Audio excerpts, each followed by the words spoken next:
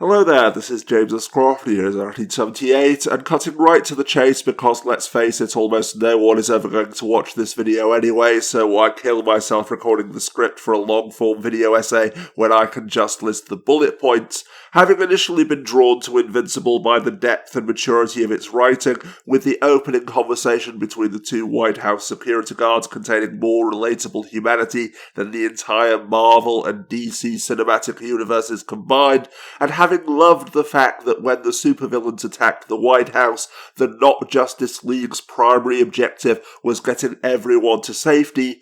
Number one, all of the grotesquely explicit violence in this series is utterly gratuitous, existing for literally no reason as far as I can tell, beyond the fact that it's an adult cartoon, so they have to do something to make sure that grown-ups take it seriously and don't dismiss it as another kid's show, when no, as I've just explained, the writing was already mature, and thinking that adding people's skulls exploding and R-rated swearing makes something mature is the mindset of an emotionally stunted 12-year-old.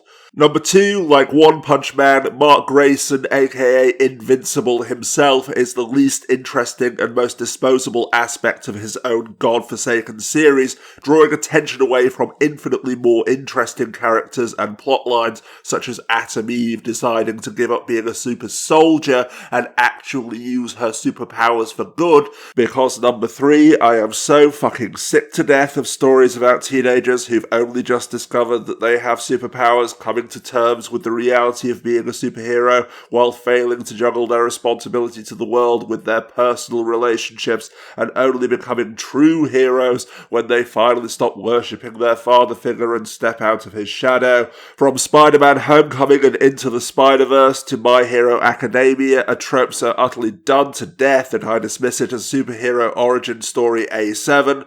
And number four, although Cellspecs has just made an entire video condemning the practice of criticising something by calling it unoriginal because, yes, most of the time it is just laziness, no, I'm sorry, but What If Superman Was Evil is literally baby's first alt-universe Superman story. Basically, Injustice is about Superman being evil, again. It takes me back to those terrible Silver Age comics that always tried to come up with some shocking twist to put on the front cover, and all they could ever come up with was Superman is now evil or Superman is now fat.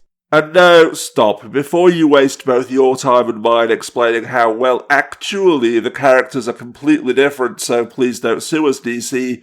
Omni-Man is Superman. The Guardians of the Globe were the Justice League. Invincible's mother is Lois Lane. Viltrum, or whatever they called it, is Krypton. And the entire story is, what if, instead of Superman being the last survivor of a dead race, Kryptonians were space Nazis and, like Blue Beetle Scarab in the Young Justice cartoon, he was sent here to prepare the way for their invasion. But Superman and Lois Lane have a baby, and now their teenage son must choose between his humanity and imperialist fascism.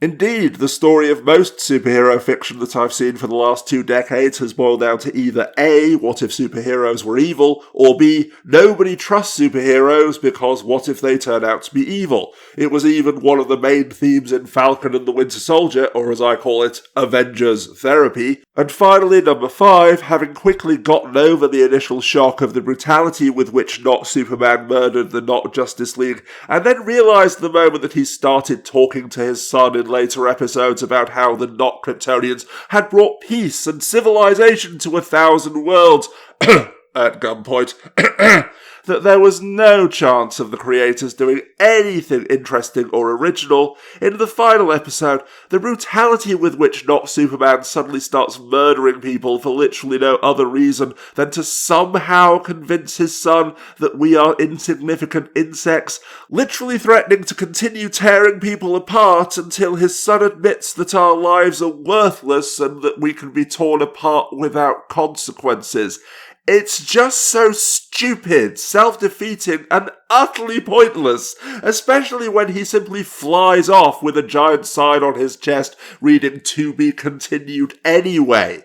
Not even pretending to be a noble benefactor anymore, sacrificing lives for the greater good or what have you, instead flat out murdering people and ranting about how worthless we are, undoing 2 decades of positive propaganda, which one assumes was one of his main mission objectives here in the first place, as far as I can tell, merely for shock value, to distract viewers from the fact that nothing is resolved, that everything is just a giant sequel hook to keep us watching season 2, and just in case anyone watching is too stupid to understand that Omni-Man is the bad guy.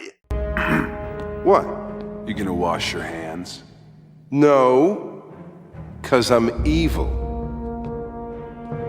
So in summary then, Invincible is basically just another superhero cartoon with gratuitous violence and R-rated swearing to justify calling it mature. A flat 5 out of 10, because everything that I truly adore about it is balanced out perfectly by the asinine formulaic bullshit that is, unfortunately, the main plot.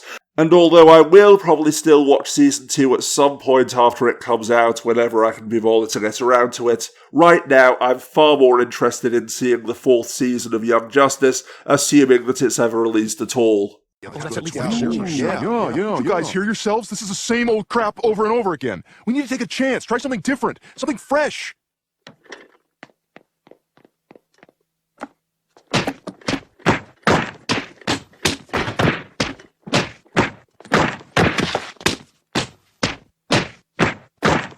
And all the girlies say I'm pretty fly for a white guy.